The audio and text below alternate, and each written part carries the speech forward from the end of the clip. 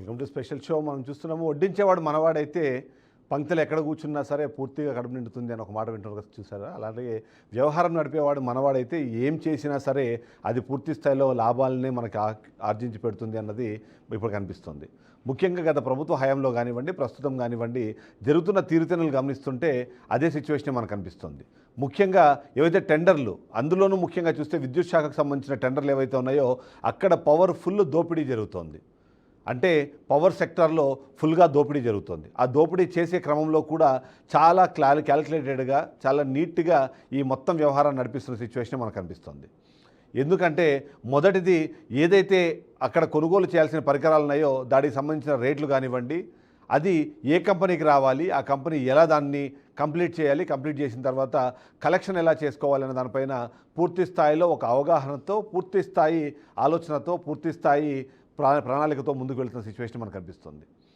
చూస్తుంటే ఇప్పటికే ఎన్ని వందల కోట్లు, ఎన్ని వేల కోట్లు ఇలా అవినీతి సొమ్ము ఈ అవినీతి పరుల, అలాగే అక్రమదారుల జేబుల్లోకి వెళ్ళాయో లెక్క వేయాలంటే ఖచ్చితంగా సిబిఐయో లేకపోతే ఏసీబీనో రంగంలోకి దిగాల్సిన పరిస్థితి మనకు కనిపిస్తుంది.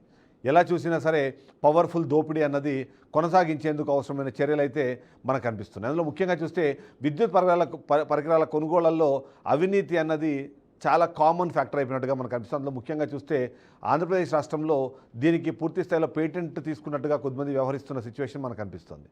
నేను ఏదైతే చెప్పానో వ్యవహారం చేసేవాళ్ళు మనవాళ్ళు అయితే ఎలా ఉంటుంది అంటే అక్కడ రేట్లు పెంచుకునేందుకు ఎంత అవకాశం ఉంటే అంత అవకాశం చేసుకుంటారు. కొన్ని సందర్భాల్లో అన్రీజనబుల్ రేట్స్ కూడా పెంచే ప్రయత్నం చేస్తుంటారు. అందుకనే ఓవైపు తెలంగాణ రాష్ట్రంలో దొరికే సేమ్ వస్తువు ఆంధ్రప్రదేశ్ రాష్ట్రానికి వెళ్ళేటప్పటికీ 2 రెట్లు అధిక ధరకు దాన్ని కొనుగోలు చేసేలాగా ప్రణాళిక రూపొందించి తద్వారా ముందుకు వెళ్తున్న పరిస్థితి కనిపిస్తుంది. గత 5 సంవత్సరాల కాలంలో చూస్తే అసలు కాస్ట్ డేటా అన్న ఒక ఫ్యాక్టరీ రాష్ట్రంలో లేకుండా పోయిన నేపథ్యంలో ఏ ప్రైజ్కు కొంటున్నాము, ఏ ప్రైజ్కి మనము ఎక్వైర్ చేస్తున్నాము అన్న విషయంపైన ఎవరికి ఎలాంటి అవగాహన లేకుండా పూర్తి స్థాయిలో వర్క్ చేసిన నేపథ్యంలో ఈ ధరల పెంపుతో దాదాపుగా 4,500 కోట్ల రూపాయలు ఈ అక్రమార్కుల జేబులోకి వెళ్ళినట్టుగా మనకు సమాచారం అందుతుంది. ఈ 4,500 కోట్ల రూపాయలు ఓవైపు జేబుల్లోకి వెళ్తూనే మరోవైపు మరొక కీలకమైన అంశము ట్రూ అప్ ఛార్జీల పేరుతో ప్రజల నడ్డి విరిచి మరీ వాటిని వసూలు చేస్తున్న పరిస్థితి మనకు కనిపిస్తుంది. ఇక ఇంతే కాకుండా రేట్లు అన్నది పెంచడం అన్నది ఒకటైతే, ఇన్స్టలేషన్ పేరిట కూడా వీటిని ప్రైవేటు సంస్థలకు అప్పగిస్తూ ఆ ప్రైవేట్ సంస్థలతో ముందుగా ఏదైతే ప్లాన్ చేసుకున్న ఒప్పందం ప్రకారము అక్కడ డబ్బులు అన్నది చేతులు మారుతున్న సిచ్యువేషన్ మనకు కనిపిస్తుంది. ఇందులో ప్రభుత్వ పెద్దల పాత్రపైన కూడా అనుమానాలు వస్తున్నాయి. ముఖ్యంగా అధికారులు దీన్ని ముందుండి నడిపిస్తున్నారు, వెనకుండి దీన్ని ఖచ్చితంగా కన్ఫర్మ్ అయ్యేలాగా పూర్తి స్థాయిలో వాళ్ళు అనుకున్న విధంగా నడిచేలాగా ప్లాన్ చేసుకుంటున్నారన్నది మనకు అర్థమవుతుంది. ఇక సర్కారులోని కొద్దిమంది పెద్దలు, మరికొద్ది మంది అధికారులు దీన్ని పూర్తి స్థాయిలో వాళ్ళు అనుకున్నట్టుగానే కంప్లీట్ చేసిన సిచ్యువేషన్ మనకు కనిపిస్తుంది. అందులో భాగంగానే ఎవరైతే గత ప్రభుత్వ హయాంలో ఎవరైతే అధికారులు ఉన్నారో అందులో కొద్దిమంది చేంజ్ చేసినా సరే కీలకమైన అధికారులు మాత్రం ఇంకా అదే పొజిషన్లో కూర్చొని సర్కారులోని కొద్దిమంది పెద్ద మనుషులు లేదా పెద్ద మనుషులుగా చలామణి అయ్యే మరికొద్ది మందితో కలిసి ఇలా చేస్తున్న సిచ్యువేషన్ మనకు కనిపిస్తుంది. ఇక 7 నుంచి 10% ఈ కమిషన్ పెరిగింది అన్నది కూడా మనకు అర్థమవుతుంది. గతంలో మనం చూసినప్పుడు ఏదైనా సరే టెండర్ డాక్యుమెంట్ రిలీజ్ అయినప్పుడు ఆ టెండర్ డాక్యుమెంట్లో రేట్లు ఎంత ఉండాలి, ఏపీఈఆర్సీ ఏది ప్రొడ్యూస్ చేసి ఏదైతే నిర్ణయించిన ధరలు ఏమున్నాయి, అంతేకాకుండా ఈఆర్సీ ఏదైతే ఆర్ఈసీ ఏదైతే నిర్ణయించిన ధరలు ఏమున్నాయన్నది చూసుకొని ముందుకెళ్ళేవాళ్ళు. అయితే ఇప్పుడు మాత్రం అది సిచ్యువేషన్ ఎంటైర్లీ డిఫరెంట్గా కనిపిస్తుంది. గత ప్రభుత్వ హయాంలో అస్మదీయ కంపెనీ షిరిడి సాయికి లబ్ధి చేకూరేలాగా మొత్తం ఈ డెసిషన్లు మొత్తం జరగడం కానివ్వండి, ఈ కొనుగోలు మొత్తం కంప్లీట్ చేయడం అన్నది కానీ జరిగింది అన్న ఒక అనుమానం అయితే మనకు కనిపిస్తుంది. అందులో ముఖ్యంగా చూస్తే ట్రాన్స్ఫార్మర్లు, పోల్లు సరఫరా ఆ సంస్థకే అందేలాగా, ఆ సంస్థకే దక్కేలాగా పూర్తి స్థాయిలో ప్రణాళిక రచించి దాన్ని ఇంప్లిమెంట్ చేసి ఆ సంస్థకి లాభం చేకూర్చేలాగా ఆ సంస్థతో పాటు మరికొన్ని సంస్థలు కూడా కలిసి ఈ భారీ స్థాయి అవినీతికి తీసినట్టుగా మనకు అర్థమవుతుంది. ఇక మొదటిది చూడ్డానికైతే ఇది ఒక కంపెనీకి వెళ్తున్నాయి, కానీ మనం చెప్తున్నట్టుగా రెట్టింపు ధరలతో ఏదైతే అక్వైర్ చేస్తున్నారో ఆ అడిషనల్ అమౌంట్ ఏదైతే ఉందో ఆ కంపెనీల దగ్గర నుంచి కానివ్వండి, లేకపోతే బిల్లులు చెల్లించిన తర్వాత అటు నుంచి మనం చెబుతున్న ఆ పెద్దల జేబుల్లోకి ఈ సొమ్ములు వెళ్లేలాగా ప్లానింగ్ అన్నది పూర్తి స్థాయిలో కంప్లీట్ చేసిన సిచ్యువేషన్ కనిపిస్తుంది. సో ఆ విధంగా ఈ విద్యుత్ పరికరాల కొనుగోళ్లలో భారీ అవినీతికి తెరతీసిన పరిస్థితి మనకు కనిపిస్తుంది. ఇలా ఏదైతే ఈ వ్యవహారాన్ని చేశారో దాన్ని మనం ఇప్పుడు ఖచ్చితంగా మరొకసారి చూపించాల్సిన అవసరం కనిపిస్తుంది. ఎందుకంటే బీఆర్కే న్యూస్ ఉద్దేశం కానివ్వండి, బీఆర్కే న్యూస్ లక్ష్యం కానీ ఒకటే.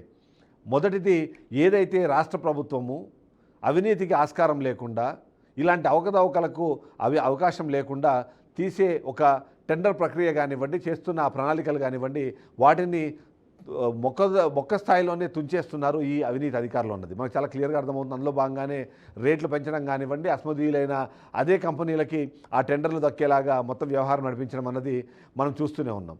అసలు ఏంటి ఈ వ్యవహారాన్ని స్టార్ట్ చేసినప్పుడు ఎలా దీన్ని వర్కౌట్ చేశారన్న దానికి సంబంధించి ఒక చిన్న ఒక టేబుల్ నేను మీకు చూపిస్తాను.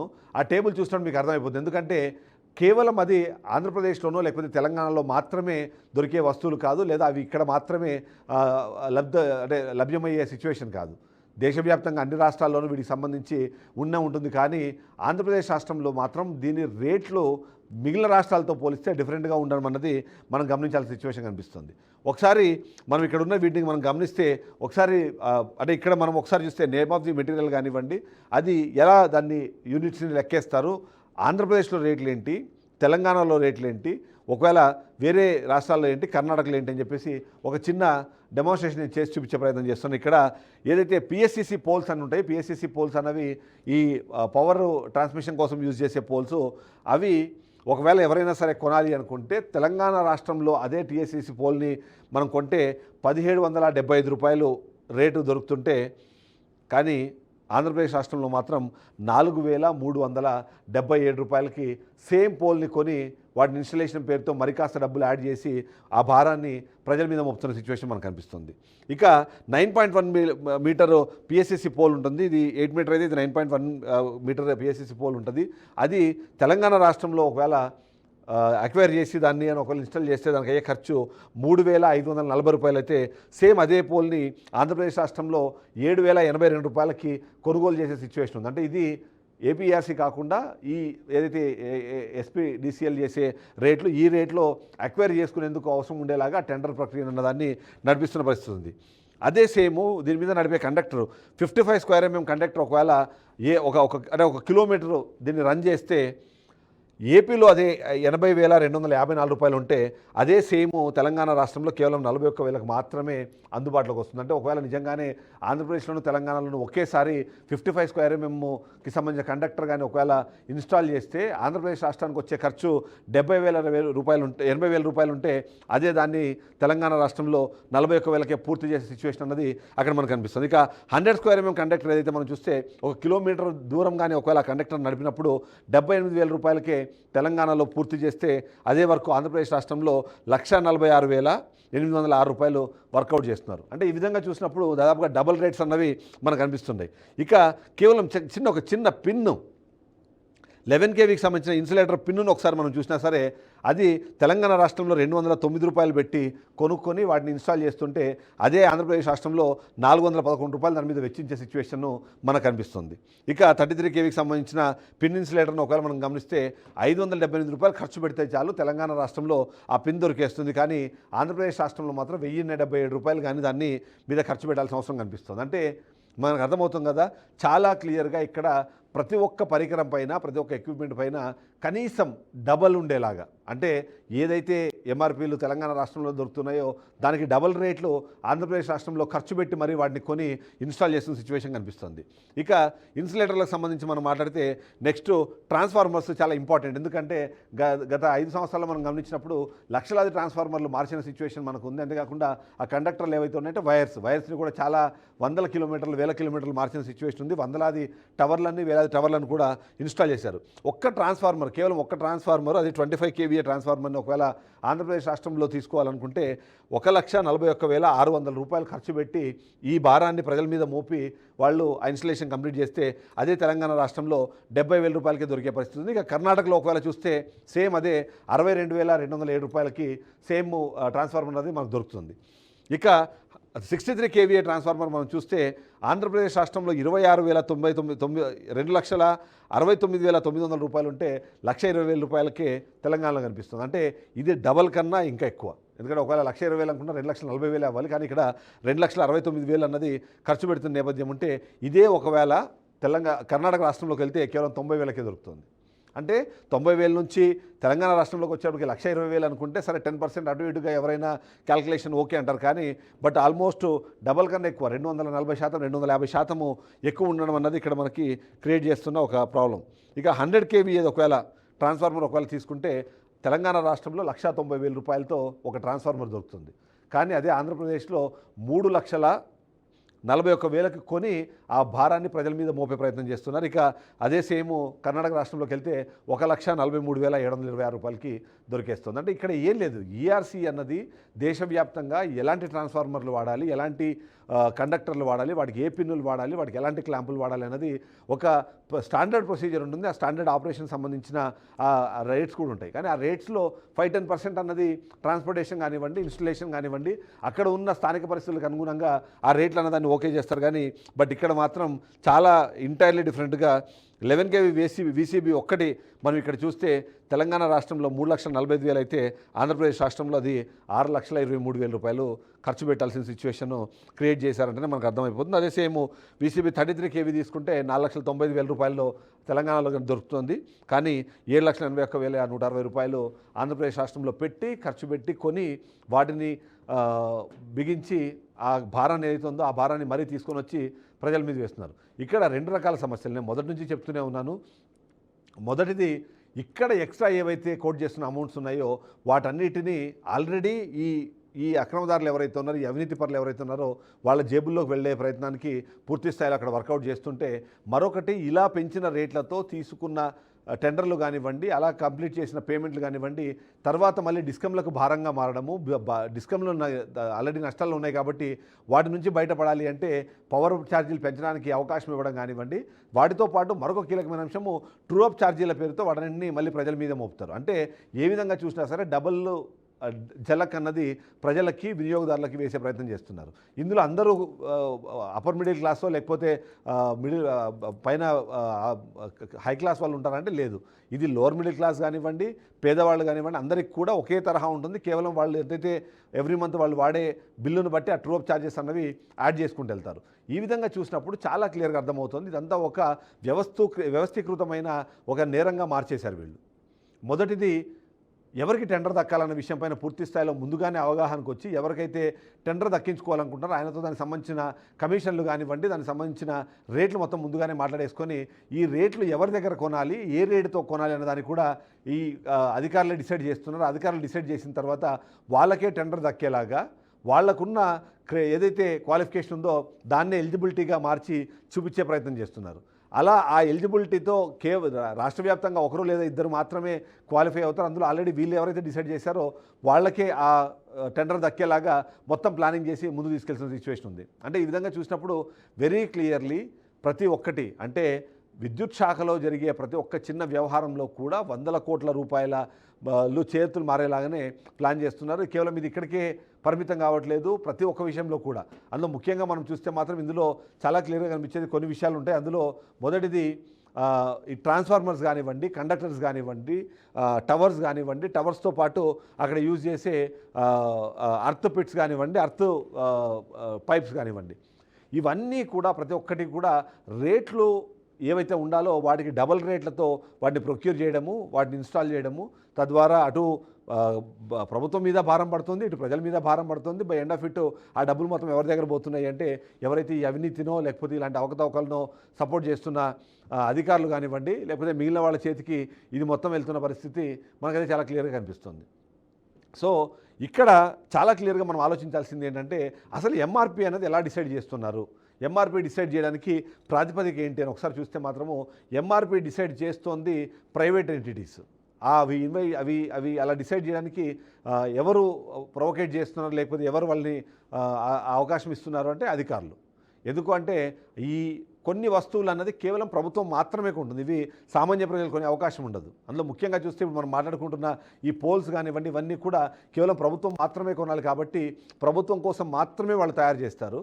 ఒకవేళ ప్రైవేట్ వాళ్ళ కోసం తయారు చేసినా సరే దాని పర్చేసింగ్ కెపాసిటీ కానివ్వండి, వాల్యూ కానీ చాలా తక్కువ ఉంటుంది. కాబట్టి ప్రభుత్వం కోసం తయారు చేసినప్పుడు ప్రభుత్వమే ఈ ధరలు నిర్ణయించడానికి అవకాశం ఉంటుంది. కానీ ప్రభుత్వానికి సంబంధించిన అధికారులు ఏం చేస్తున్నారు, మిగిలిన రాష్ట్రాల్లో ఉన్న రేట్ల కన్నా ఎక్కువ రేట్లకి వీటిని ఆ ధర నిర్ణయించడము, అవే వాటిని కొని మళ్ళీ ఇక్కడ ఇన్స్టాల్ చేయడము లేదా వాటిని అక్వైర్ చేయడం ద్వారా మొదటి నుంచే, అంటే ఏ రోజైతే ఈ కంపెనీలు స్టార్ట్ అవుతున్నాయో లేదా ఈ కంపెనీలకు సంబంధించిన టెండర్లను పిలుస్తున్నారో అదే నిమిషం నుంచి కూడా ఈ మొత్తం డబ్బులకు సంబంధించిన వ్యవహారము, ఈ కమిషన్లకు సంబంధించిన వ్యవహారాన్ని పూర్తి స్థాయిలో నడిపించిన తర్వాతనే వాళ్ళు ముందుకు తీసుకెళ్తున్న సిచ్యువేషన్ అయితే మనకు కనిపిస్తుంది. ఈ విధంగా మనం అబ్జర్వ్ చేసినప్పుడు వెరీ క్లియర్, డే 1 నుంచి మనం ఒకటే మాట చెప్తున్నాము, ఇలాంటి అవినీతికి అవకాశం లేకుండా ఒక పారదర్శక పాలన చేయాలనుకుంటున్న ప్రభుత్వం కానివ్వండి, ఇప్పుడు ఉన్న అధికారంలో ఉన్న కూటమి కానివ్వండి, సీఎం చంద్రబాబు నాయుడు వీళ్ళందరూ కూడా వీటి మీద దృష్టి పెట్టాల్సిన అవసరం అయితే చాలా క్లియర్గా కనిపిస్తుంది. ఒకవేళ దృష్టి పెట్టకపోతే ఏమవుతుంది, ఇది ఇలానే కొనసాగుతుంది. మనం చూస్తున్నాం గత 5 సంవత్సరాల కాలంలో ఇలాంటి దాని వల్లనే దాదాపుగా 14,000 కోట్ల రూపాయలు ధనం దుర్వినియోగమైందని చెప్పేసి ఇదే నాయకులు మాట్లాడుతున్నారు. మరి ఇప్పుడు అదే అధికారులకు, అదే కంపెనీలకు మరొకసారి అవే టెండర్లను కట్టబెట్టే ప్రయత్నం చేస్తున్నారు. అసలు ఎందుకు జరుగుతుంది ఇదంతా? ఎవరు దీని వెనకాల నుండి నడిపిస్తున్న నాయకుడు, లేదా దీని వెనకాల నుండి నడిపిస్తున్న అధికారి ఎవరు, ఆ సెక్రటరీ ఎవరు అన్నదాన్ని మనం ఖచ్చితంగా ఇక్కడైతే చూడాల్సిన అవసరం అయితే మనకు కనిపిస్తుంది. సో ఆయన గత చరిత్ర చూసినా ఏముంది అన్నదంటే అక్కడ కూడా చాలా ప్రాబ్లమ్స్ ఉన్నాయి. అంతకుముందు చాలా ఆరోపణలు ఎదుర్కొన్నారు. ఆ ఆరోపణలు ఎదుర్కొన్న నేపథ్యంలో కూడా ఆయనకి ప్రమోషన్స్ ఇస్తూ వచ్చారు. గతంలో షిరిడి సాయి ఎలక్ట్రికల్స్ చెప్పిందని చెప్పేసి ఆ సంతోష్ రావుకి పొజిషన్ ఇచ్చారు. మరొకసారి మళ్ళీ అది ఎక్స్టెన్షన్ చేశారు. కొత్త ప్రభుత్వం వచ్చిన తర్వాత చాలామంది డైరెక్టర్లను అందులో నుంచి రాజీనామా చేయించారు. కానీ బట్ ఈయన్ని మాత్రం కంటిన్యూ చేయడానికి కారణం ఏంటి, ఆ కారణం వెనకాల ఉన్న ఆ వ్యక్తులు ఎవరు, శక్తులు ఎవరు అన్న దాని మీద ఎప్పటికప్పుడు డిస్కషన్ జరుగుతున్న సిచ్యువేషనే మనకు అనిపిస్తుంది. సో ఈ విధంగా పవర్ఫుల్ దోపిడీని అయితే కంప్లీట్ చేస్తున్నారు. ఎందుకంటే వాళ్ళు పవర్లో ఉన్నారు. ఆ పవర్లో ఉన్న వాళ్ళకి మరింత పవర్ వచ్చేలాగా అక్కడ నిర్ణయాలు జరుగుతున్నాయి. ఆ నిర్ణయాలకి ఆధారంగానే వీళ్ళు ఈ దోపిడీకి తెగబడుతున్నారు అన్నది అయితే మనకు చాలా క్లియర్గా అర్థమవుతుంది. ఓవరాల్గా చూసినప్పుడు మాత్రం పూర్తి స్థాయిలో ఇదంతా ఒక వ్యవస్థీకృత నేరంగానే మనకు కనిపిస్తున్న సిచ్యువేషన్ అయితే ఉందని అయితే చెప్పాల్సిన అవసరం ఉంటుంది.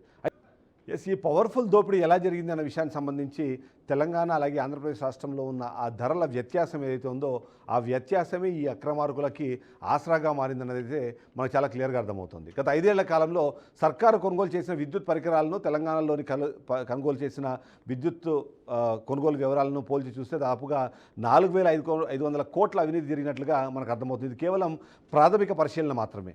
లోతులోకి వెళ్తే ఆ అవినీతి 6,000 కోట్లకు పైగానే ఉంటుందని విద్యుత్ రంగ అంటే ఇంజనీరింగ్ నిపుణులు కానివ్వండి, మిగిలిన వాళ్ళు కూడా చెప్తున్న నేపథ్యంలో ముఖ్యంగా చూస్తే విద్యుత్ స్తంభాలు, విద్యుత్ సరఫరా తీగలు, పాలిమర్ పిన్లు, డిస్క్లు, ట్రాన్స్ఫార్మర్లు, ఇతర పరికరాలు, వ్యాక్యూమ్ సర్క్యూట్ బ్రేకర్ల కొనుగోలులో 2 రకాల దోపిడీలు సాగించినట్టుగా మనకు అర్థమవుతోంది. ఒక్కో పరికరం ఒక్కో రేటును దాదాపుగా 3 రెట్లు పెంచి కొనడం ఒక ఎత్తు అయితే, ఆ పరికరాన్ని ఒకే కంపెనీ నుంచి కొనడం అన్నది మరో ఎత్తు. ధరల మాయాజాలము, కొనుగోళ్ల అక్రమాలు రికార్డుల్లో స్పష్టంగా కనిపిస్తున్నాయి. ఇక ఏ స్థాయిలో ఎవరు ప్రశ్నించే అధికారం లేడు. ఎందుకంటే ధరలు పెట్టి ఎందుకు కొన్నారని నిలదీసేవారు లేకపోవడమే ఇక్కడ వాళ్ళకి అడ్వాంటేజ్గా మారింది. ఇక కొనండి, మన కంపెనీ నుంచి ఎక్కువ ధర పెట్టైనా కొనండి అని పెద్దలు ప్రోత్సహించినట్టుగా కూడా అనుమానాల నేపథ్యంలో ఈ క్రమంలో భారీ ఎత్తున కమిషన్లు అయితే ఖచ్చితంగా దండుకున్నారు. ఫలితంగా ఇటు సర్కారు ఖజానాకు చిల్లుపడింది, అటు వినియోగదారుడి జేబుకు కూడా భారీగా చిల్లుపడిన పరిస్థితి మనకు కనిపిస్తుంది. ఇక ప్రభుత్వ పెద్దలే తెరవెనుక ఉండడంతో కొందరు అధికారులు కూడా రెచ్చిపోయినట్టుగా మనం అనుకోవాల్సిన అవసరం అయితే కనిపిస్తుంది. ఎందుకంటే కమిషన్లు, రెగ్యులర్ వసూళ్లతో ఈ అక్రమాలు పూర్తి స్థాయిలో కొనసాగించడం అయితే చాలా క్లియర్గా అర్థమవుతుంది. ఒకసారి మా ప్రతినిధి సాగర్ దగ్గరికి వెళ్దాం. ఒకసారి సాగర్తో ఒకసారి విశ్లేషణ తీసుకునే ప్రయత్నం చేద్దాం. సాగర్, ఏంటి అంటే ఇప్పుడు మొదటి పాయింట్, ఇక్కడ తప్పు జరిగింది అనేది చాలా క్లియర్గా అర్థమవుతుంది. గత 5 ఏళ్ల కాలంలో ఈ తప్పులు జరిగాయన్నది ప్రతి ఒక్కరు మాట్లాడుతూ వచ్చారు. ఇప్పుడు అదే అధికారిని మరొకసారి కంటిన్యూ చేయడము, అవే కంపెనీలకి వివిధ పేర్లు చెప్పి ఆ టెండర్లు అనేది కంటిన్యూ చేయడం ఎలా చూడాలంటారు? అసలు ఏంటి ఆ అధికారి ఎవరు, ఎందుకు, ఏం జరుగుతుందంటారు?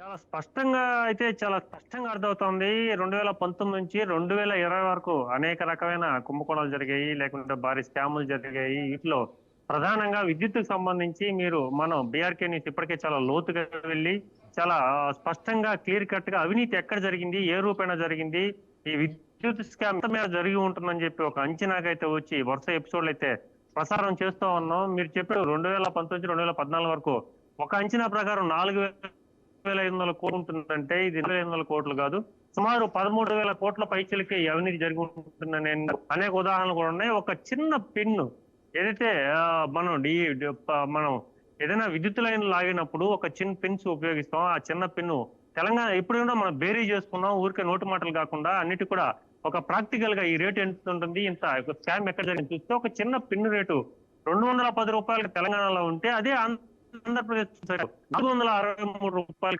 చేరుకోవడం 400 పెట్టి కొనడంలోనే ఒక చిన్న పిన్ను రేట్లోనే సుమారుగా 250 రూపాయల తేడా ఉన్నప్పుడు మరి మొత్తం టవర్లు కావచ్చు, బ్రేకర్స్ కావచ్చు, అలాగే అనేక పరికరాలు కావచ్చు. ఒక్కొక్క పరికరం మీరు చెప్పినట్టు తెలంగాణలో ఒక టవర్ కి కొన్ని చోట్లయితే సుమారుగా 4,90,000 దాన్ని నిర్ణయించారు. అదే ఆంధ్రప్రదేశ్కి వచ్చినప్పుడు సుమారుగా 7 నుంచి 8, 9 లక్షల కోట్ల రూపాయలకి టవర్ ని పెట్టడం అంటే దీంట్లో ఒక్క టవర్ లోనే సుమారుగా 13 నుంచి సుమారుగా 3 లక్షల పైనే ఈ తేడా ఉందంటే ఈ లెక్కన ఎన్ని టవర్లు మొత్తం 4,500 నుంచి 5,000 టవర్ల పైన పనులు జరుగున్నాయి. అలాగే అనేక చోట్ల పునరుద్ధరణ కార్యక్రమాలు జరుగున్నాయి. అలాగే కొత్తగా నూతనంగా నిర్మించారు. అనవసరమైన చోట కూడా విద్యుత్ టవర్లు అంటే అనేక రకాలుగా ఉంటాయి. విద్యుత్ టవర్స్ అనేవి కొన్ని 13 మీటర్లు ఉంటాయి, కొన్ని 15 మీటర్లు ఉంటాయి. అలాగే రకరకాలైన వేరియంట్స్ లో ఉంటాయి. కానీ అవసరం లేని చోట కూడా అనేక విద్యుత్ లైన్లు వేశారు. అలాగే డిస్కమ్ల పేరుతో 2 రకాలు ఇక్కడ ఏపీ ఎస్పీడీఎస్ఎల్ ఏదైతే ఈ పవర్ అనేది మొత్తం మీద ఆంధ్రప్రదేశ్ పవర్ డిస్ట్రిబ్యూషన్ లిమిటెడ్ ఒకటైతే, ఇంకోటి సిఎండి అంటే అడ్మినిస్ట్రేషన్ సైడ్. సో ఇటు ఏపీ ఎస్పీడీఎస్ఎల్ కావచ్చు, అలాగే ఈ సిఎండి కావచ్చు, 2 కూడా మొత్తం మీద ఇక్కడ అవినీతి జరిగినట్టుంది. అనేక మంది అధికారులు కూడా ఇక్కడ రకరకాలు కూడా ఎంత మేర అవినీతి జరిగిందని చెప్పి ఒక కంపెనీ ముఖ్యంగా మన ఏదైతే ఏపీఎస్ఎల్ కావచ్చు వాళ్ళు ప్రొక్యూట్ చేసుకుంటే నేరుగా ఒక కంపెనీ నుంచే మొత్తం కొనుగోలు ప్రొక్యూట్ చేసుకోవాలి. అలాగే ఇటు సిఎండి ప్రైవేట్ గుత్తేదారులు అయితే షిరిడి సాయి అనే ఒక ఎలక్ట్రికల్ కంపెనీకి సంబంధించి వాళ్ళు దానికి మాత్రమే ప్రొక్యూట్ చేసుకోవాలి. సో ఏ రకంగా చూసినా కూడా లబ్ధి అనేది ఒకరికే వెళ్తా ఉంది. అలాగే మోసం అనేది జరుగుతా ఉందని చెప్పి చాలా స్పష్టంగా అర్థమవుతోంది. ఎటు చూసినా కూడా ఈ 4-5 ఏళ్ల కాలంలో 2019-2024 కాలంలో సుమారుగా 4,500 కోట్లు అనేది బేసిక్ గా జరిగింది. అలాంటిది సుమారుగా 13,000 కోట్ల రూపాయల పైన అవినీతి జరిగింది అయితే స్పష్టంగా అయితే మనకి తెలుస్తా ఉంది. ఎస్ సాగర్, ఇక్కడ అందరికీ వచ్చే అనుమానం ఏంటంటే గత 5 ఏళ్లలో చాలామంది డైరెక్టర్లు ఉన్నారు. వాళ్ళందరినీ రాజీనామా చేయించిన తర్వాత ఈ సంతోష్ రావు అనే వ్యక్తిని మాత్రమే కంటిన్యూ చేస్తున్నారు. కంటిన్యూ చేయడానికి కారణాలు కూడా మనం ఏదైతే చెప్తున్నాం మొదటి నుంచి ఈ విద్యుత్ స్తంభాలకు సంబంధించి గతంలో ఒక 3,000 విద్యుత్ స్తంభాలకు టెండర్ పిలవడము, దాన్ని కంప్లీట్ చేయడము, దాని పేమెంట్స్ అన్ని క్లియర్ చేయడం అన్నది చాలా స్మూత్గా జరిగిపోయింది. కాబట్టి ఇప్పుడు పిలిచిన 5,400 టవర్ల వర్క్ కూడా కంప్లీట్ చేసేసి దానికి సంబంధించిన పంపకాలన్నీ పూర్తి చేసేసి మీరు వెళ్ళిపోవచ్చు అనే విధంగానే ఇది కంటిన్యూ అయిందన్నది చాలామంది అనుమానం ఉంది. సో మీ విశ్లేషణ ఏంటి? ఎందుకు అందరినీ మార్చిన ప్రభుత్వము లేదా ఈ విద్యాశాఖలకు సంబంధించిన కీలకమైన నాయకులు ఆ వ్యక్తిని మాత్రమే కంటిన్యూ చేస్తున్నారంటారు? మొత్తం మీద కూటమి ప్రభుత్వం అధికారంలోకి రాగానే మొత్తం మీద డైరెక్టర్లు అందరినీ డిస్కమ్ కు సంబంధించి మార్చిన పరిస్థితి ఉంది. కేవలం 2 అధికారులు మాత్రమే మార్చలేదు. ఒకరు వచ్చి ఏపీ ఎస్పీడీఎస్ఎల్ డైరెక్టర్ గా ఉన్నారు, అలాగే ఇంకొకరు సిఎండి కార్యాలయంలో కూడా డైరెక్టర్ ఉన్నారు. ఒకరు సంతోష్ కాగా మరొకరు కూడా ఉన్నారు. వీళ్ళిద్దరు డైరెక్టర్లు ఎందుకు మార్చలేదంటే వీరిద్దరు కూడా చాలా కీలకంగా వ్యవహరించారు. ఇద్దరికి మొత్తం ఎక్కడెక్కడ ఈ డిస్కమ్ కు సంబంధించి కావచ్చు, ఈ అవినీతి కావచ్చు, కొనుగోలు కావచ్చు, అన్నింటిలో కూడా చాలా టాప్ టు బాటం అంటే మొత్తం వ్యవహారం అంతా కూడా వీళ్ళకి అనుసరణలో జరిగి ఉంటుంది. వీళ్ళకి వ్యవహారం తెలుసు కాబట్టి అదే వ్యవహారం వీళ్ళు ఎందుకు కొనసాగిస్తున్నారు? ఏదైనా ఉంటే వారి మీద విచారణ చేయొచ్చు, ఎంక్వైరీ చేయొచ్చు, లేదంటే వాళ్ళని క్యాన్సిల్ వాళ్ళ మీద కేసులు నమోదు చేయొచ్చు. ఇన్ని కాకుండా ప్రస్తుతం కూటమి ప్రభుత్వం కూడా వారిని కొనసాగించడంలో ఆంతర్యం ఏంటి అనేది మాత్రం అర్థం కావట్లేదు. ఒక రకంగా చూసుకుంటే గతంలో ఏదైతే అవినీతి జరిగిందో ఆ అవినీతి డబ్బులు జగన్మోహన్ రెడ్డి ప్రభుత్వ హయాంలో, వైసీపీ ప్రభుత్వ హయాంలో ఇంత భారీ అవినీతి జరిగినప్పుడు కూటమి ప్రభుత్వం అధికారంలోకి రాగానే వారి మీద యాక్షన్ తీసుకోవాలి, వారి మీద విచారణ చేయాల్సింది పోయి వారిని కొనసాగించడంలో గతంలో అన్ని తెలుసు కాబట్టి వారిని కొంత లబ్ధి పొందుదామా. గతంలో మనం చూస్తే 4,500 కోట్ల నుంచి 13,000 కోట్ల రూపాయల వరకు అవినీతి జరిగింది. ఈ డబ్బులంతా కూడా ప్రజలే కడతారు. చివరికి ఎవరు కూడా చేతుల్లోంచి రూపాయి తీసుకోరు. ఆ ప్రభుత్వం ఏదైతే అవినీతి జరిగినా, స్కాములు జరిగినా చివరికి బలేది మాత్రం సామాన్యుడే.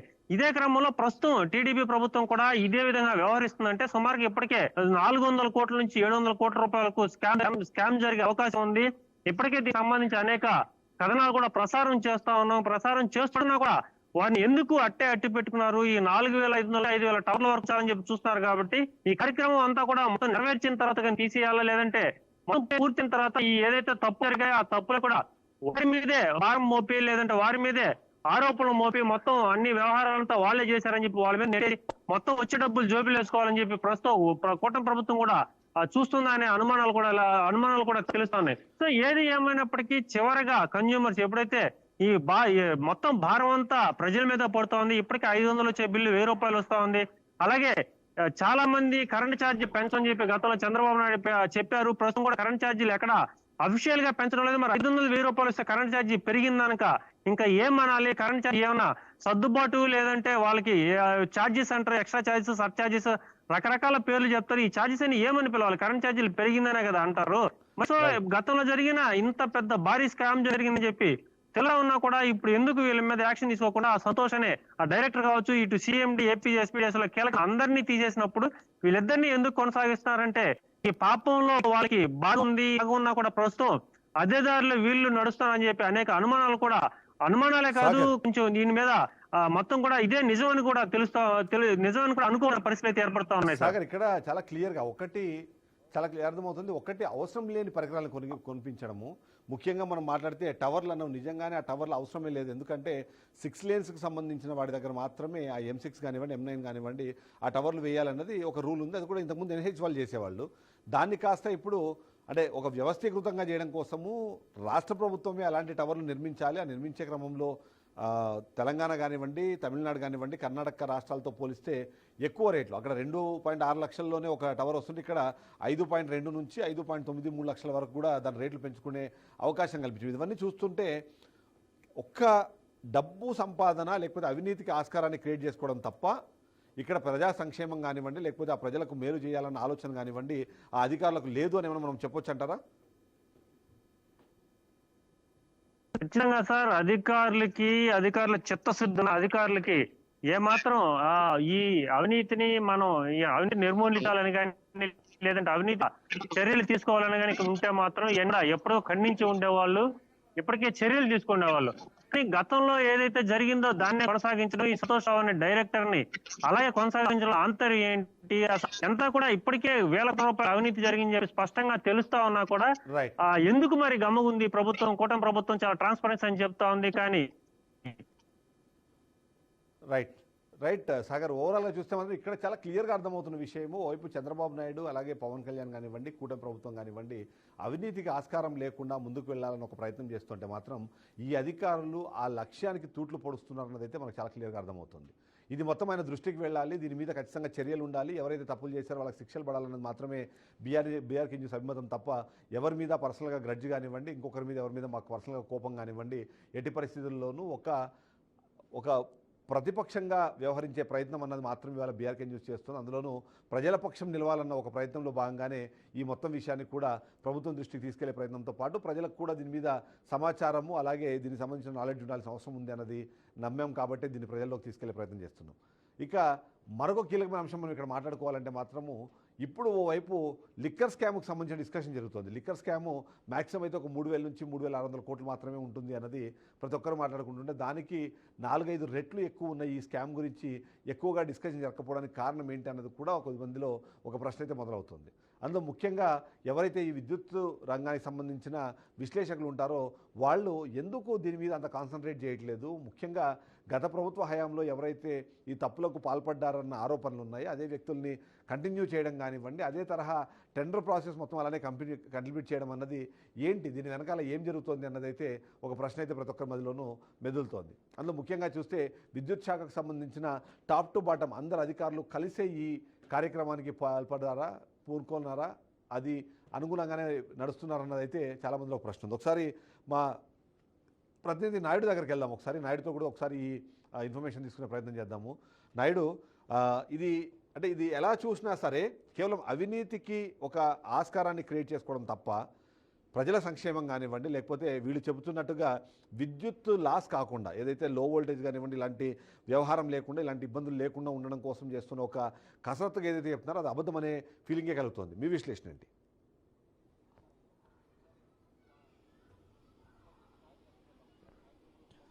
Thank you Chidambar. మనం ప్రధానంగా చూసుకున్నట్టయితే గత వైసీపీ ప్రభుత్వంలో జరిగినటువంటి అరాచకాలు కావచ్చు లేదంటే అక్రమాలు కావచ్చు మరీ ఎక్కడా కూడా జరిగి ఉండవేమో అన్న ఆలోచన అయితే ఖచ్చితంగా కలగకమానదు. కారణం ప్రధానంగా చెప్పుకుంటే ఏదైతే ప్రజలకు ప్రధానంగా ముఖ్యంగా ప్రజా జీవితంలో ప్రస్తుతానికి ప్రతిరోజు కావాల్సిన వంటి వాటిల్లో ప్రధానంగా కొల్లగొట్టిన విధానం చూస్తూ ఉంటే కనుక మనం చాలా ఆశ్చర్యానికి గురి కావాల్సి వస్తుంది. ఎందుకంటే రాష్ట్రం మొత్తం మీద ఇటు ఏజెన్సీ ప్రాంతం కావచ్చు లేదంటే ప్లెయిన్ ఏరియా కావచ్చు ఎక్కడ చూసినా కూడా ప్రధాన వనరు ప్రతి ఒక్కరికి ఇంపార్టెంట్గా మారింది ఎలక్ట్రిసిటీ. అయితే దీన్ని బూచిగా చూపిస్తూ ఈవెన్ ఏజెన్సీ ప్రాంతాల్లో కావచ్చు లేదంటే కనుక ప్రధానమైనటువంటి ఈ ప్రాంతాల గురించి ఎక్కడైనా కూడా అంటే కటింగ్స్ పవర్ కట్స్ లేనటువంటి ఉండాలి అంటూ కూడా ఏదైతే ప్రధాన కారణం చూపించారో దీనిలోనే ఇందులో బాగా భారీగా ముడుపులు తీసుకున్నట్టు కానీ లేదంటే భారీగా కొల్లగట్టినట్టు అయితే మాత్రం క్లియర్ కట్గా తెలుస్తుంది. గతంలో మనం చూసుకున్నట్టయితే కనుక కేవలం జెన్కో నుంచి కావచ్చు లేదంటే పవర్ టవర్స్ సంబంధించి ప్రధానంగా చూసుకుంటే టవర్స్లో మొదలు పెట్టుకొని ఆ టవర్స్ కేవలం 3.5 లక్షల నుంచి మ్యాక్సిమం అయిపోయే దానికి 5.5 నుంచి 6.5 7 లక్షలు కూడా కొన్ని చోట్ల కొల్లగొట్టిన విధానం కూడా మనం చూడొచ్చు. అంటే ప్రతి ఒక్క చోట కూడా ప్రతి దానిలో ప్రతి వస్తువులో కూడా ఈవెన్ 230 రూపాయలు 232 రూపాయలు ఉండేటువంటి ఒక పిన్ ఏదైతే పాలిమర్ పిన్ ఉంటుందో దానిలో కూడా 411 రూపాయల వరకు వీళ్ళు కోట్ చేసిన విధానం చూస్తుంటే అంటే చిన్న వస్తువులు చిన్న పిన్నులు కావచ్చు చిన్న బోల్డ్లు కావచ్చు నట్లు కావచ్చు ఇటువంటి వాటిల్లోనే వందల వేల కోట్ల రూపాయలు అయితే మాత్రం ఖచ్చితంగా కొల్లగొట్టారనడంలో అయితే మాత్రం ఆశ్చర్యం ఏం లేదు. ఎందుకంటే దీనిపై కూడా పూర్తి స్థాయిలో ఓన్లీ కేవలం బీఆర్కే న్యూస్ మాత్రమే దీనిపై నిఘా పెట్టి దీన్ని పూర్తిగా బయటకు తెచ్చి వెలుగు తీసే ఉద్దేశంతో చేస్తున్నటువంటి పనిగా మనం చూసుకోవచ్చు. ఇందులో ఏదైతే మనం తీసుకొచ్చిన ప్రతి అంశాన్ని కూడా ఇప్పుడు రాష్ట్ర ప్రభుత్వం అయితే దీన్ని నిశితంగా పరిశీలిస్తుంది అనడంలో మాత్రం ఏం ఆశ్చర్యం లేదు. అంటే వీళ్ళు పెట్టిన రిపోర్ట్లు కావచ్చు ఇటు కాంట్రాక్టర్ల ఇటు అధికారులు ఇటు రాజకీయ నాయకులు అందరూ మూకుముడిగా దీనిలో పూర్తి స్థాయిలో అయితే మాత్రం ప్రజల సొమ్మును కొల్లగొట్టారనడంలో అయితే మాత్రం ఏమి అతిశయోక్తి కాదు. ఎందుకు అంటే ప్రధానంగా చూసుకున్నట్టయితే కనుక గత ప్రభుత్వ హయాంలో ఉన్నటువంటి కాంట్రాక్టర్లు కావచ్చు లేదంటే ఏవైతే ఆర్డర్ పెట్టారో ఎలక్ట్రిసిటీ డిపార్ట్మెంట్కి కావాల్సినటువంటి ఆర్డర్ పెట్టిన విధానం కూడా అన్ని వస్తువులు కూడా ఒకే సంస్థ నుంచి కూడా వీళ్ళు ఆర్డర్ పెట్టి తీసుకోవడంలో అయితే మాత్రం పెద్ద మతలబు ఉంది. అదే దీని ద్వారానే ఇదంతా సొమ్ము అయితే కొల్లగొట్టేందుకు వాళ్ళకి అవకాశం దక్కిందంటే కూడా మనం తెలియజేస్తుంది. అయితే ఈ పవర్ కట్స్ లేని ఈ పవర్ సప్లై చేయాలంటూ కూడా మొదలుపెట్టినటువంటి ఈ యజ్ఞంలో అయితే మాత్రం ప్రజల సొమ్మును అయితే మాత్రం మంచినీళ్ళలా అయితే వీళ్ళు పూర్తిగా దోచేశారని కూడా చెప్పుకోవచ్చు. అదేవిధంగా చూసుకున్నట్టు కనుక ఇటు కాంట్రాక్టర్లు కావచ్చు అధికారులు కావచ్చు మొత్తం అధికారులకైతే కేవలం మొదట 2 సంవత్సరాల్లో 7% మేర కూడా కమిషన్లు కూడా రూపంలో వీళ్ళు అందించారంటూ కూడా కొంత మనకి సమాచారం అయితే ఉంది. దీనికి సంబంధించి గత 3 ఏళ్లలో లాస్ట్ 3 సంవత్సరాల్లో కూడా సుమారుగా 10 సంవత్సరాల వరకు కమిషన్ రూపంలోనే కూడా మొత్తం కొట్టినట్టుగా కూడా అయితే మనకి కళ్ళకు కట్టొచ్చినట్టుగా కనిపిస్తుంది. బీఆర్కే న్యూస్ సంబంధించి మొత్తం ఓవరాల్గా ఒకటి డాక్యుమెంట్ మనం వెరిఫై చేసుకుంటున్నట్టయితే కనుక ఇందులో మనం చూస్తున్న ప్రతి అంశాన్ని కూడా ఏ అంశంలో చూసినా కూడా పూర్తి స్థాయిలో కూడా కేవలం అవినీతే కనిపిస్తుంది. ప్రతి చోట కూడా వీళ్ళు కొట్టిన డబ్బు మొత్తం కనిపిస్తుంది. పక్క రాష్ట్రాలతో మనం పోల్చుకున్నట్టయితే ఇటు తమిళనాడు కావచ్చు ఇటు కర్ణాటక కావచ్చు ఇటు కేరళ కావచ్చు లేదా ఇటు నార్త్ స్టేట్కి సంబంధించి ఏ అంశాన్ని కూడా ప్రతి అంశంలో కూడా పూర్తి స్థాయిలో ధరలను చూస్తే కనుక ఆకాశాన్ని అంటే విధంగా కూడా ఇందులో కూడా చూపించారు. పక్క రాష్ట్రాలతో పోల్చుకున్నాయి కనీసం 1కి 3 రెట్లుగా రూపాయి వస్తువుని 3 రూపాయలకు కొన్నట్టుగా కూడా అయితే అంతలా వీళ్ళు దోచేసిన వ్యవహారం అయితే మనకి క్లియర్గా కనిపిస్తుంది. Right, thank you Naidu. ఓవరాల్గా చూస్తే మాత్రం ఖచ్చితంగా ఇక్కడ ఏం జరుగుతుంది అన్నదానికి పెద్దగా ఎక్స్ప్లెనేషన్ అవసరం లేదు. ఎందుకంటే రేట్లు చూస్తేనే అర్థమైపోతుంది. ఎందుకంటే ఆంధ్రప్రదేశ్కి అలాగే మిగిలిన రాష్ట్రాలకి మధ్యలో ఉన్న ఆ వ్యత్యాసం అనేది దాదాపుగా డబల్ ఉంది అంటేనే అక్కడ ఏ స్థాయిలో అవినీతి జరిగేందుకు ఆస్కారాన్ని క్రియేట్ చేసుకున్నారు, దాన్ని ప్రశ్నించడానికి అవకాశం లేకుండా ఎలా ప్రణాళిక రచించారన్నది చాలా క్లియర్గా అర్థమవుతుంది. ఒకసారి మా బ్యూరో చీఫ్ గోపి దగ్గరికి వెళ్దాము. గోపి దీని గురించి ఎందుకంటే గత వారం రోజుల నుంచి మనతో పాటు దీని మీద రెగ్యులర్గా ఫాలోఅప్ చేస్తున్నారు గోపి. ముఖ్యంగా చూస్తే మాత్రం అయితే ఆ సీఎండీని కలిసే ప్రయత్నం చేస్తున్నారు. ఇవాళ ఏదో ప్రెస్ నోట్ ఏదో రిలీజ్ చేస్తాము అన్నారు. ఏంటి గోపి, ఇవాళ ప్రెస్ నోట్ రిలీజ్ అయిందా? మనకేమైనా సమాచారం ఇస్తున్నారా, లేకపోతే సమాధానం ఇస్తున్నారా, లేకపోతే మరొకసారి మళ్ళీ బుకాయించేస్తున్నారా? సార్ ముందుగా గుడ్ ఈవినింగ్. ఎందుకంటే గత 3-4 రోజుల నుంచి కూడా మీరు కావచ్చు లేదంటే బీఆర్కే న్యూస్ ప్రయత్నం ఒకటే, అది నా ప్రయత్నం కానీ అదేవిధంగా మేనేజ్మెంట్ ప్రయత్నం. అంటే ఎందుకంటే ఇక్కడ దాదాపుగా 200 కోట్లు అంటే సహజంగా ఏదో ఒక అంటే అన్ని శాఖల్లో కూడా అవినీతి జరుగుతూ ఉంటుంది. అది ప్రతి ప్రభుత్వంలో కూడా జరుగుతూ ఉంటుంది, చిన్న జరుగుతూ ఉంటాయి.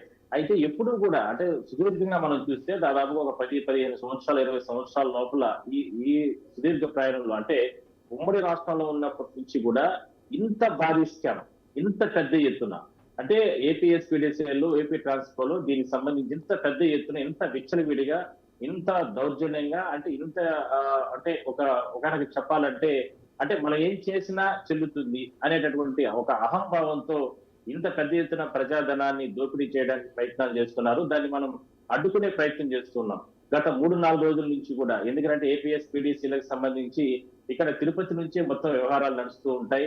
దాదాపుగా ఉదయం 10 గంటల నుంచి సాయంత్రం 5 గంటల వరకు కూడా ఆ కార్యాలయానికి అంటే పడిగాపులు కాసాం. అంటే అక్కడ ఉన్నటువంటి సీఎండి సంతోష్ రావు గారు కావచ్చు, ఎందుకంటే ఇందులో ప్రధాన కర్త కర్మ క్రియ అన్ని కూడా ఆయన వైపే ఏళ్ళు చూపిస్తూ ఉన్నాయి. ఆయన కనుసన్నల్లోనే ఈ వ్యవహారాలన్నీ కూడా నడుస్తున్నాయంటూ కూడా పెద్ద ఎత్తున ఆరోపణలు వచ్చాయి. అదేవిధంగానే దానికి సంబంధించినటువంటి కొన్ని అంటే అనుమానాలు వచ్చే విధంగా కూడా కొన్ని వాస్తవాలన్నింటినీ కూడా మన దగ్గర ఉన్నాయి. వాటిని కూడా మనం అంటే ప్రసారాలు చేసే ప్రయత్నం చేశాం.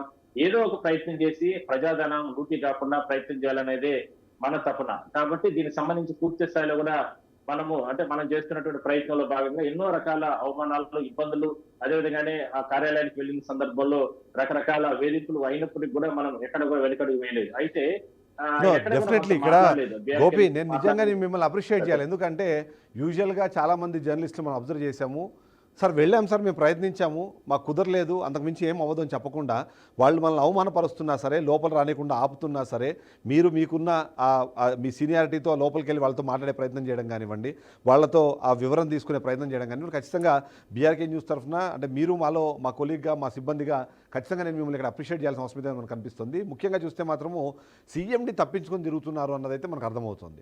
అయినా సరే ఆయన పట్టుకునే ఆ ప్రయత్నం మాత్రం ఎట్టి పరిస్థితుల్లో మనకు ఆగదు. అంతేకాకుండా సీఎండికి సంబంధించి ఇవాళ ఉదయం ఆ సంతోషం ఎవరికి ఆయన ఇవ్వాలనుకుంటున్న సంతోషం ఎవరికి ఇవ్వాలనుకుంటున్నారు, ఆయన ఉండడం ద్వారా ఎవరికి సంతోషం కలుగుతుంది, ఎవరిని సంతోషపరచడానికి ఆయన మొత్తం ఇవన్నీ చేస్తున్నారని ఉదయం మనం ఒక స్టోరీ కూడా చేసాం.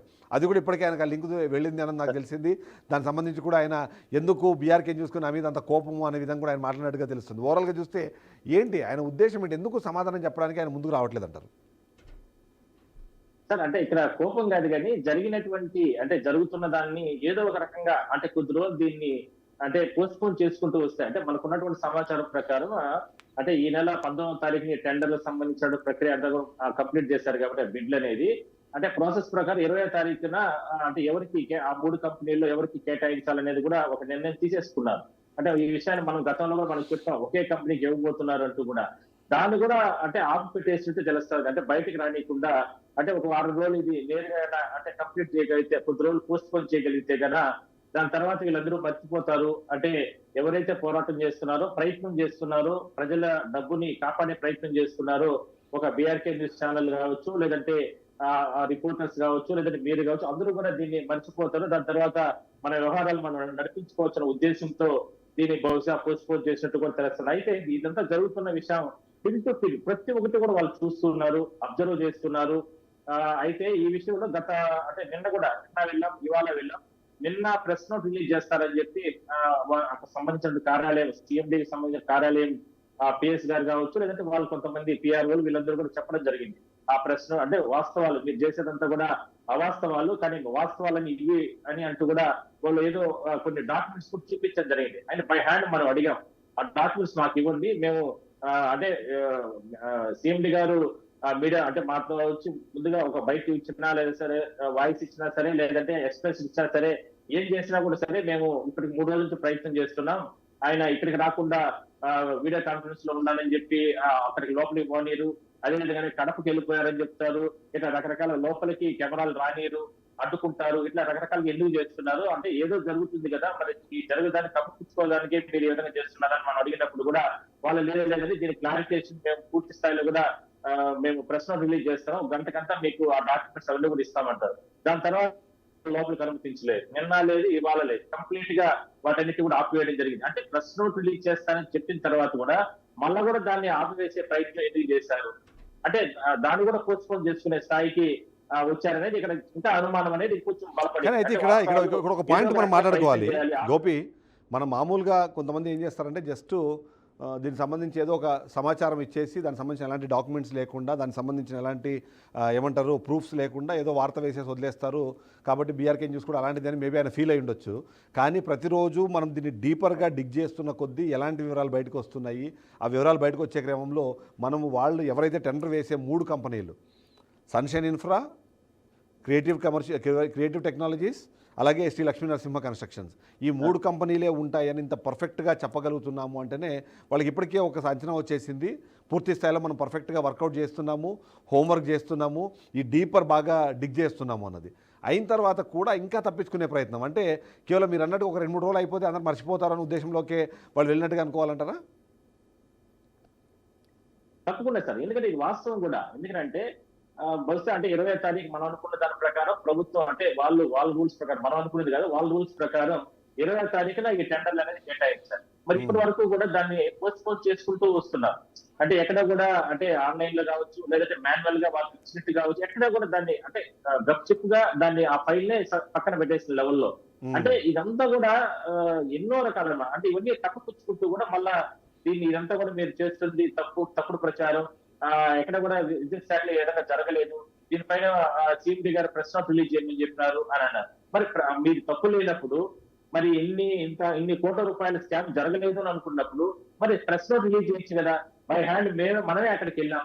మేము వెళ్ళినప్పుడు మాకు బై హ్యాండ్ డాక్యుమెంట్స్, మీరు ఏ ప్రెస్ నోట్ రిలీజ్ చేయాలనుకుంటున్నారో ఆ డాక్యుమెంట్స్ అంటే మాకు ఇవ్వండి.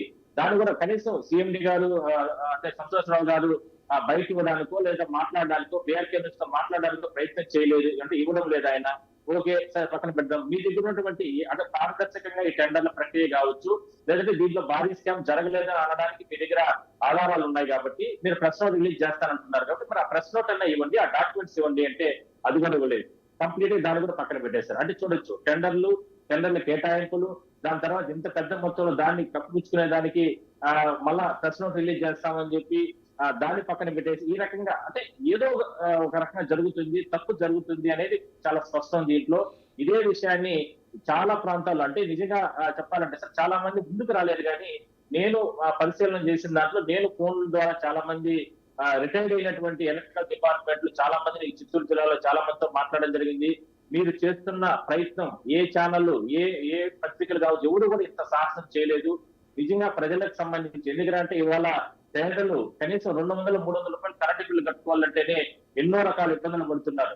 ప్రతి కరెంటు బిల్లును ట్రూ ఆఫ్ ఛార్జెస్, రకరకాల ఛార్జెస్ పడుతున్నాయి. అలాంటిది 200 కోట్ల రూపాయలు ప్రజాధనం అట్లే వాళ్ళ పైన పడుతుంది. అలాంటి దాన్నంతా కూడా మీరు అంటే కాపాడుతున్నారు. నిజంగా మీరు కావచ్చు, మీ యాజమాన్యాన్ని కావచ్చు, పై స్థాయిలో ఉన్నటువంటి మేనేజ్మెంట్ కి సంబంధించినటువంటి అందరినీ కూడా మేము అభినందిస్తున్నాం. కానీ మేము కొన్ని కారణాల రీత్యా, ఎందుకంటే మేము ఆ సంస్థలో పనిచేశాం కాబట్టి కొన్ని కారణాల రీత్యా మేము మీడియా ముందుకు వచ్చి అంటే మీ ముందుకు వచ్చి బీఆర్కే న్యూస్ ముందుకు వచ్చి చెప్పలేమంటూ కూడా కొన్ని వాస్తవాలన్నీ కూడా వాళ్ళు చెప్పడం జరిగింది. అనవసరం లేని చోట టవర్లు నిర్మించాలనే రకరకాల ప్రయత్నాలు చేస్తూ ఈ రకంగా చేయడం అనేది కరెక్ట్ కాదనేది వాళ్ళ అభిప్రాయం కూడా రిటైర్డ్ అయినటువంటి ఉద్యోగులు కూడా చెప్తున్నారు సార్ ఆ శాఖకు సంబంధించి. సో మరొకసారి మనం ఒకవేళ నిజంగానే ఏపీఎస్పీడీసీఎల్కి ఒక మెసేజ్ ఇవ్వాలి అనుకుంటే ఈ పోరాటం ఆగేది కాదు అన్న విషయం చెప్పాల్సిన అవసరం అయితే మనకు ఖచ్చితంగా అనిపిస్తుంది. ఎందుకంటే మన ప్రయత్నం కానివ్వండి, మన ఉద్దేశం, మన లక్ష్యం పూర్తి స్థాయిలో ఒకటే. ఏదైతే అవినీతి రహిత పాలన అందించాలని ఏదైతే కూటమి ప్రభుత్వం ప్రయత్నం చేస్తుందో దానికి మన వంతు సహాయంగా జరిగిన తప్పులను జరగాల్సిన తప్పులను ఆపేందుకు, వాటిని ప్రజల ముందుకు తీసుకెళ్లేందుకు మాత్రమే ప్రయత్నం చేస్తున్నామన్నదే అందరూ గుర్తుపెట్టుకోవాల్సిన అవసరం. సో గోపి, ఫైనల్గా మీ మెసేజ్ ఏంటి? సీఎండీ గారు మన దృష్టికి అంటే ఆయనకి ఇప్పటికే మనం మాట్లాడిన విషయాలు కానివ్వండి, దాని మీద ఆయన ఎక్స్ప్లెనేషన్ ఇచ్చేంత వరకు వదిలేది లేదు అన్నది మరొకసారి చెప్పాల్సిన అవసరం ఉందంటారా? ఖచ్చితంగా సార్, ఎందుకంటే ఇది మనము ప్రజల పక్షాన్ని నిలబడ్డాం, ప్రజల గొంతుక బీఆర్కే న్యూస్. ఎందుకంటే మనం ఈ ప్రయత్నం, ఈ దోపిడీని అరికట్టేంత వరకు మనం పోరాటం చేస్తాం. ఎవరైతే వాళ్ళు అంటే దీని వెనకాల ఉన్నటువంటి అంటే మీరు కూడా గతంలో మాట్లాడారు, ఎవరున్నారో కర్త కర్మ క్రియ ఆ ఒక్కరు కావచ్చు, వాళ్ళ వెనకాల ఉన్నటువంటి ఆ 10 మంది కావచ్చు, ఆ 3-4 కావచ్చు, లేదంటే వాళ్ళు ఇవ్వాలనుకున్నటువంటి ఆ ఒక కంపెనీకి కావచ్చు, వాళ్ళకందరికీ ఒకటే హెచ్చరిక మనం చెప్పడం, ప్రజాధనాన్ని మనం కాపాడే ప్రయత్నం చేయబోతున్నాం, చేస్తాం కూడా. అది 2 రోజులు మీరు పోస్ట్పోన్ చేసుకున్నా, వారం రోజులు పోస్ట్పోన్ చేసుకున్నా, నెల రోజులు పోస్ట్పోన్ చేసుకున్నా మనం కంటిన్యూగా మనం ప్రజల పక్షాన్ని నిలబడతాం, ప్రయత్నం చేస్తూనే ఉంటాం. ఎందుకంటే బీఆర్కే న్యూస్ అనేది ఇప్పటికే అంటే ప్రజల ఆదరణ పొందినటువంటి సంస్థ. అలాంటిది ఇవాళ ముఖ్యమంత్రి చంద్రబాబు ఆశయాలకు, అదేవిధంగానే డిప్యూటీ సీఎం పవన్ కళ్యాణ్ ఆశయాలకు, లోకేష్ బాబు గారి ఆశయాలకు అనుగుణంగా వీళ్ళెవరూ కూడా పనిచేయడం లేదు. కేవలం గతంలో పనిచేసినటువంటి ఆ దోపిడీ వ్యవహారాన్ని ఇంకా కూడా కొనసాగిస్తున్నారు.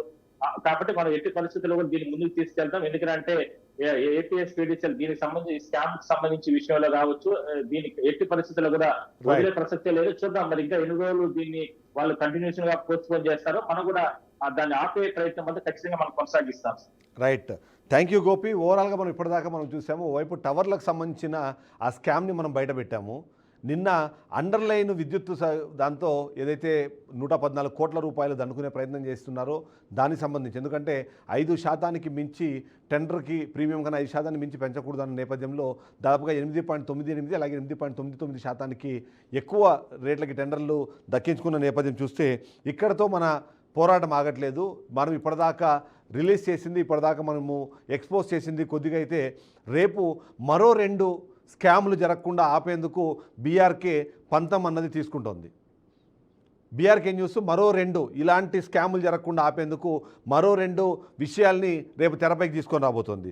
ఒకటి నేలపాడుకు సంబంధించింది, దాదాపుగా 234 కోట్లకు సంబంధించిన ఆ స్కామ్కు సంబంధించింది కూడా తెరపైకి తీసుకొని వస్తే, మరొకటి తాడేపల్లి 220 KVకి సంబంధించిన వర్క్స్ ఏవైతే ఉన్నాయో దాంట్లో కూడా 214 కోట్ల రూపాయల అంచనాతో ఈ పనులు రాబోతున్నాయి. దీంట్లో కూడా 12 నుంచి 14% ఎక్కువ రేట్లకి ఈ వర్క్ని చేజిక్కించుకునేందుకు ప్రయత్నాలు కొన్ని కంపెనీలు ప్రారంభించాయి. దానికి సంబంధించిన పూర్తి సమాచారము నేను రేపు ప్రజల ముందు ఉంచుతాను. ముఖ్యంగా ఇక్కడ చూస్తే మాత్రము 5% మించి ఏదైతే టెండర్ వాల్యూ ఉందో దానికి 5% మించి ఉండకూడదు అన్న 2004లోని జీవో నెంబర్ 133 ప్రకారము 5% మించిన నేపథ్యంలో ఇలా 12%, 13% ఎక్స్ట్రాలు ఇచ్చి ఎందుకు వాళ్ళకు ఆ వర్కులు కట్టబెడుతున్నారన్న విషయంపైన సమాధానం చెప్పాల్సిన బాధ్యత ఖచ్చితంగా ఏపీ ట్రాన్స్కోకు ఉంటుంది. అలాగే విద్యుత్ శాఖకు సంబంధించిన కమిషనర్ కానివ్వండి, అలాగే సెక్రటరీ కానీ ఉంటుంది. ఆ ప్రశ్నలు ఖచ్చితంగా మేము వేస్తూనే ఉంటాం. సమాధానం దొరికేంత వరకు ఈ శోధన కొనసాగుతూనే ఉంటుంది. మేము ఇంకా డీప్గా డిగ్ చేస్తాము.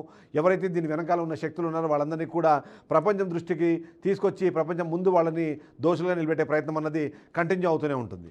సో ఇది ఇప్పటిదాకా ఉన్న అప్డేట్స్. నేను మరిన్ని అప్డేట్స్ మీకు కంటిన్యూ అవుతాయి. అంతేకాకుండా ఏదైతే విద్యుత్ శాఖలో జరుగుతున్న ఈ అవకతవకలు, ఈ అవినీతి వ్యవహారాలయ్యో వీటిని ఎప్పటికప్పుడు మీ ముందు తీసుకొచ్చేందుకు మా వంతు ప్రయత్నం మేము చేస్తూనే, అలాగే ఏదైతే కూటమి ప్రభుత్వంలో అవినీతి రహిత పాలన అందించాలన్న చంద్రబాబు నాయుడు ఉద్దేశాన్ని కానివ్వండి, ఆయన లక్ష్యాన్ని కానివ్వండి, మా తరఫున మేము కూడా సపోర్ట్ చేస్తూ ఇలాంటి ఇన్ఫర్మేషన్ ఇస్తూనే ఉంటాం. కీప్ వాచింగ్ బీఆర్కే న్యూస్, తెలుగుడి సత్తా.